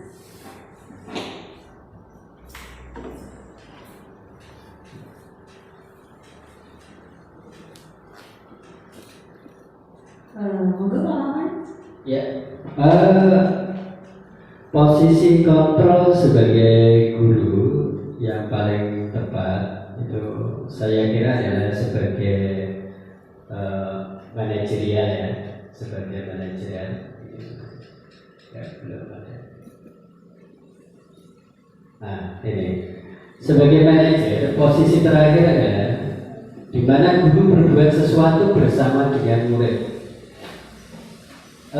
Saya pikir posisi kontrol yang paling tepat kita sebagai pendidik adalah ini sebagai manajer, karena hasilnya guru akan mengembalikan tanggung jawab pada murid sehingga murid bisa mencari jalan keluar sendiri atas permasalahannya, tentunya dengan bimbingan guru. Disinilah kita berperan sebagai manajer. Seperti itu, Bu Nani. Bagaimana Bu Nani? Apakah sudah puas dengan pertanyaan? Terima kasih Pak. Ya, terima kasih. Bapak Ibu yang kami hormati, kegiatan diseminasi budaya positif pada siang hari ini alhamdulillah telah selesai. Ternyata dari pemaparan Bapak Dwi September Imawan kita bisa mengambil banyak sekali kesimpulan ya Bapak Ibu, bahwa untuk menciptakan budaya positif yang pertama kita harus merubah paradigma kita, kemudian kita harus mengetahui 5 kebutuhan dasar manusia, kita harus tahu posisi kontrol mana yang paling tepat, kita harus membuat keyakinan kelas di awal semester, dan yang terakhir dalam menyikapi suatu kasus kita harus mampu menerapkan segitiga restitusi. Begitu kiranya yang bisa kami simpulkan Bapak dan Ibu. Sebelum kita akhiri acara pada siang hari ini, mari kita tutup dengan bacaan hamdalah bersama-sama. Alhamdulillah. Sekian, wassalamualaikum warahmatullahi wabarakatuh.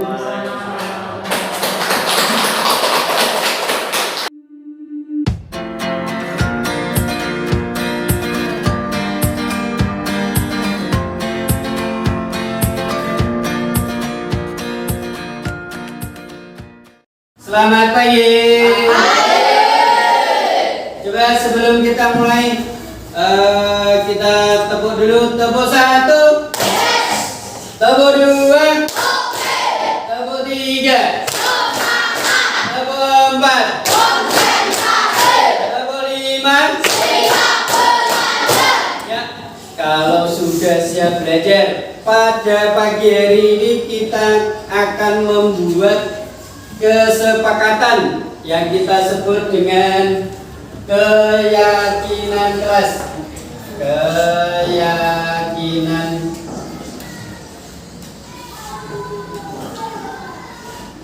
kelas.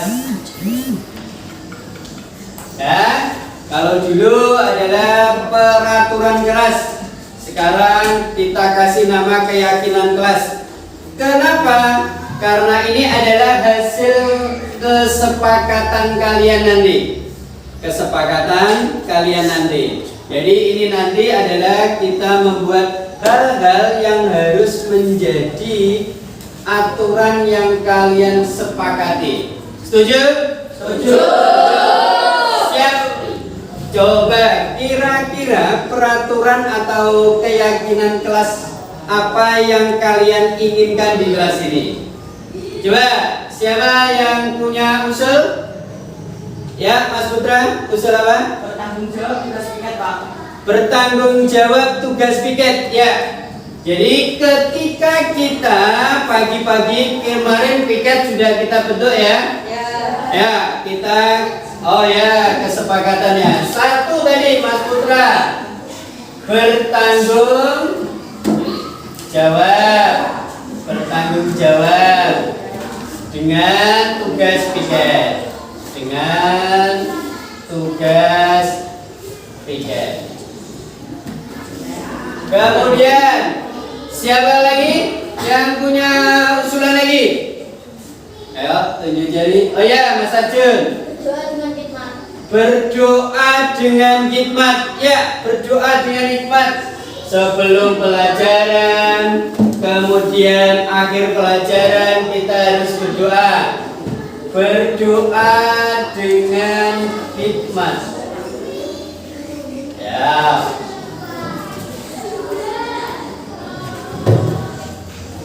Hikmat. Nah, lagi ada usulan lagi? Oh.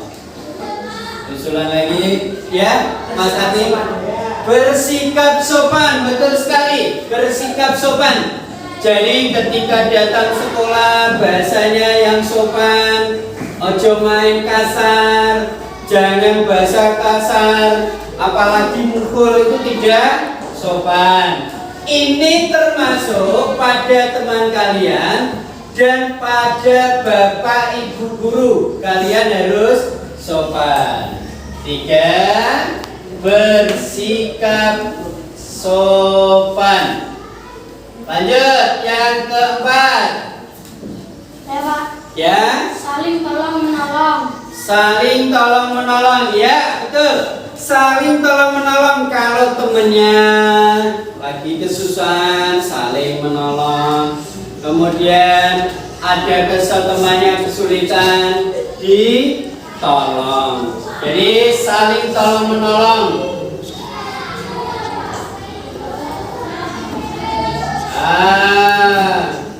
Saling tolong menolong. Ini tidak berlaku loh ya pada saat kalian mengikuti ujian yang aturannya adalah close book. Lalu namanya bukan saling tolong menolong itu, saling mencontek itu namanya. Ya, lanjut nomor 5. Siapa yang punya usulan lagi? Ya. Ya, datang tepat waktu. Nih. Ya. Datang tepat waktu. Oh nih. Kalian berangkat maksudnya jam 7, paling tidak jam 7 kurang 10 sudah di sekolah. Apalagi yang piket jam 7 kurang 15 menit paling tidak kalian sudah bersih-bersih. Setuju? Setuju ya? Lanjut yang nomor 6. Ayo. Nomor 6 siapa punya usulan? Ya, Mas Dama. Lalu mengerjakan tugas. Apa? Lalu mengerjakan. Ya, selalu mengerjakan tugas.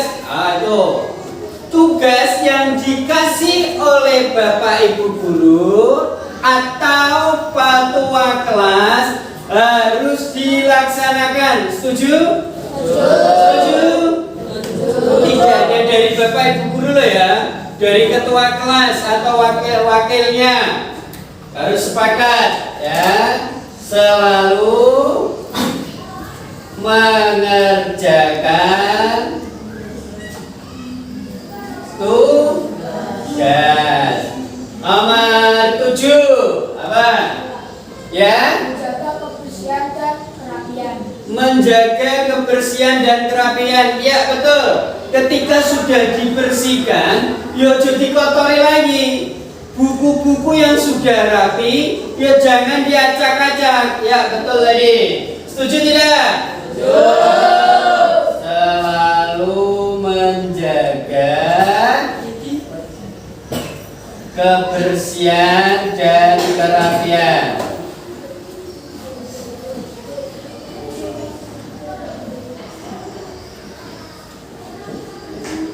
Kemudian ada lagi tidak yang mau usul lagi? No, kita kesepakati lagi. Ada lagi? Ya. Dan selanjutnya apa nah? 9. Ya. Meminta izin jika ada keperluan. Meminta izin jika ada keperluan. Meminta izin jika ada keperluan. Ya, ketika kalian pelajaran mau ke belakang, maka harus minta izin. Sepakat? Sepakat? Ya, meminta izin. Ketika apa? Ada keperluan. Ini termasuk ketika tidak apa? Tidak masuk sekolah. Lanjut, selanjutnya nomor 9 ya. Ada lagi yang mau sepakat? Ada lagi? Ya.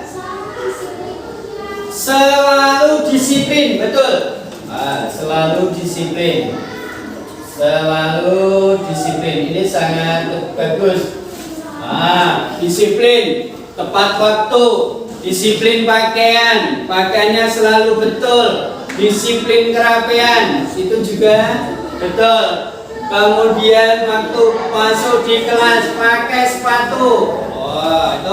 Itu termasuk disiplin. Sepakat? Lanjut nomor 10. Ya. Bertindak jujur. Bertindak jujur, betul.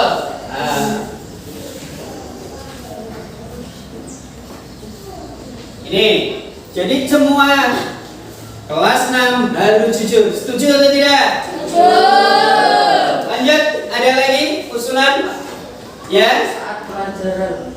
Apa? Fokus saat pelajaran. Oh iya, ini yang paling penting. Yang paling penting nih, yaitu adalah fokus pada saat pelajaran.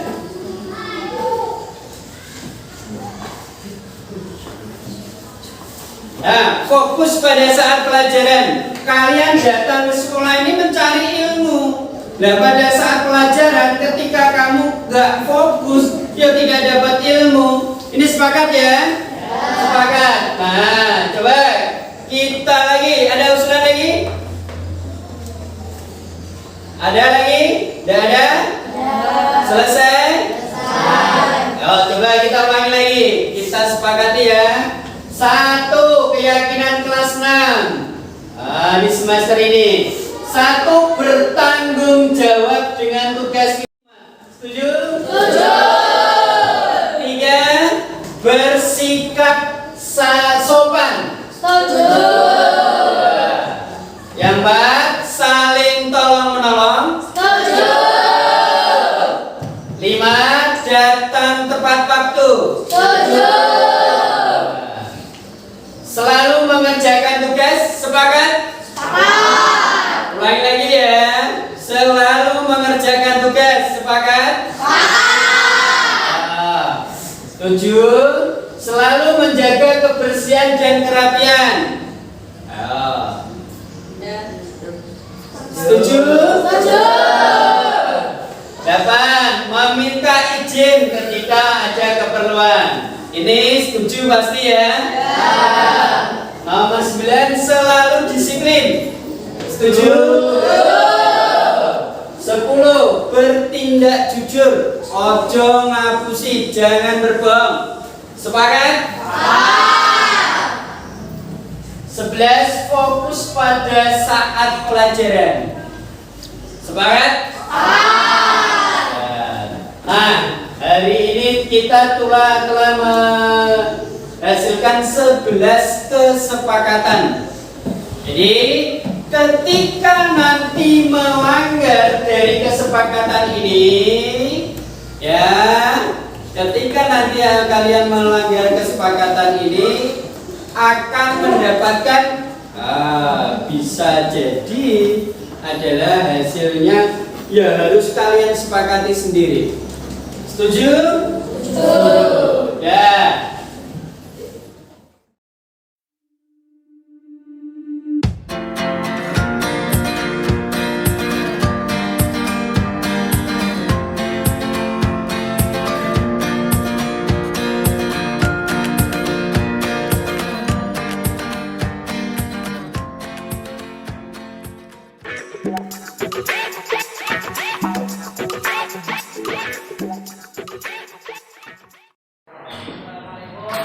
Waalaikumsalam.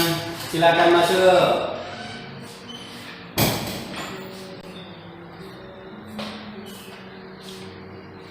Silakan duduk, Mas Putra. Terima kasih Pak. Apa kabar Putra? Alhamdulillah sehat Pak. Mohon maaf Bapak memanggil saya.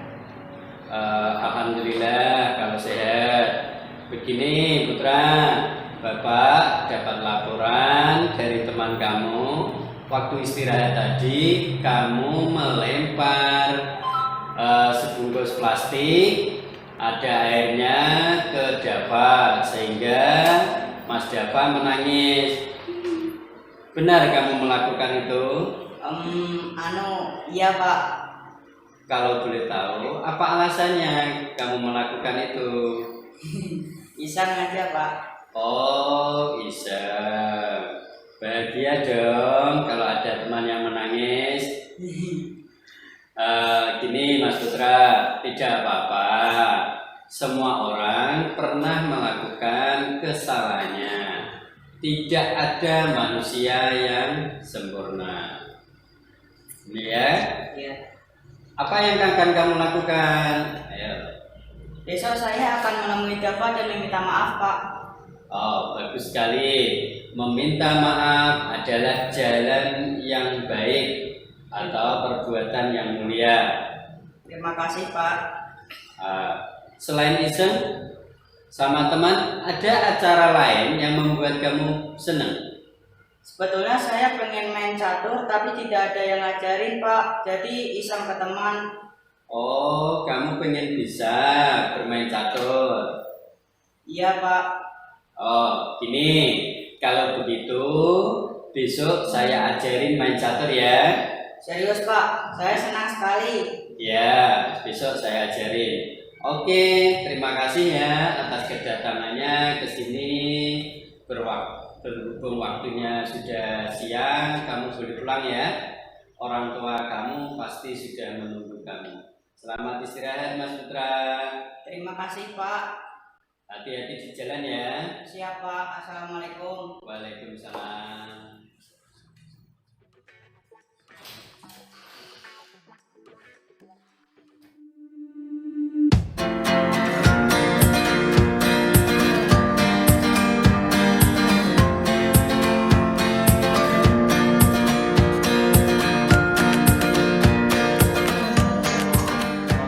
Assalamualaikum warahmatullahi wabarakatuh. Terima kasih pada beliau Bapak Dwi September Imawan yang telah melakukan diseminasi terkait dengan tentang budaya positif. Kegiatan ini perlu saya dukung dan apresiasi karena sebelum melakukan diseminasi ini Bapak Dwi September Imawan telah melakukan aksi nyata di kelas terkait budaya positif. Memang harus kita galakkan demi kemajuan pendidikan, terkhusus di SD Negeri 10 Purwodadi.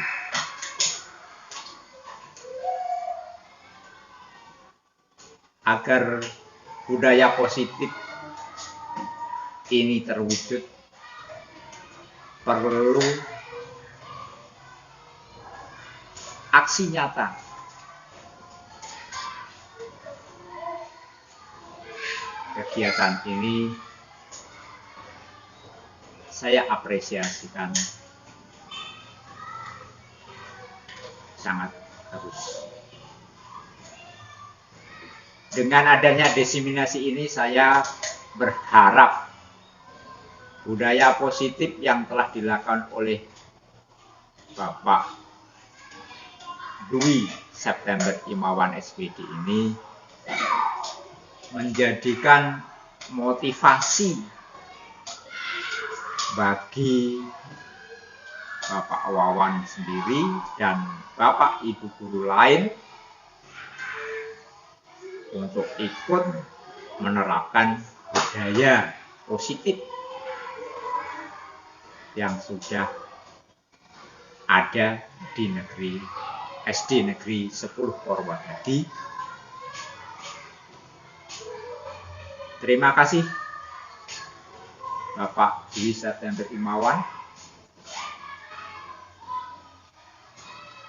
bahwa Bapak telah melaksanakan aksi nyata yang dilakukan sebelumnya.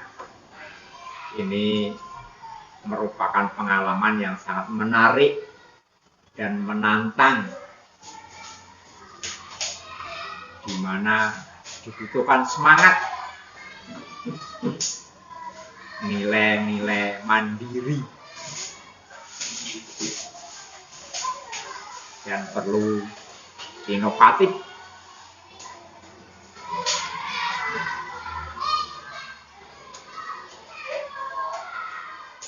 Saya berharap pada beliau Bapak Dwi September teruslah bersemangat dalam menerapkan budaya positif dan selalu berkolaborasi dengan rekan-rekan kerjanya, Bapak Ibu guru di sekolah ini, agar budaya positif di sekolah mampu terwujud dengan baik. Terima kasih. Wassalamualaikum warahmatullahi wabarakatuh.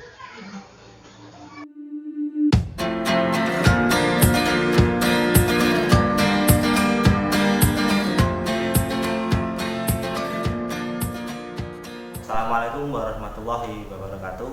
Perkenalkan, nama saya Budi Dharma Utama. Saya guru di SD Negeri 10 Purwodadi. Setelah mengikuti diseminasi budaya positif dari Pak Dwi September Imawan, saya menjadi mengerti apa itu perbedaan dari hukuman, konsekuensi, dan resitasi. Selain itu, Pak Wawan juga menjelaskan tentang cara membuat keyakinan kelas, yang itu juga diterapkan di kelas Pak Wawan, sehingga membuat saya tergerak untuk dapat mengikuti yang sudah dilakukan oleh Pak Wawan. Karena itu menurut saya hal yang positif. Pak Dwi September Imawan dalam diseminasinya telah menjelaskan dengan baik dan saya juga cukup jelas. Untuk Pak Wawan, tetap semangat dan jangan pantang menyerah. Semangat. Wassalamualaikum warahmatullahi wabarakatuh.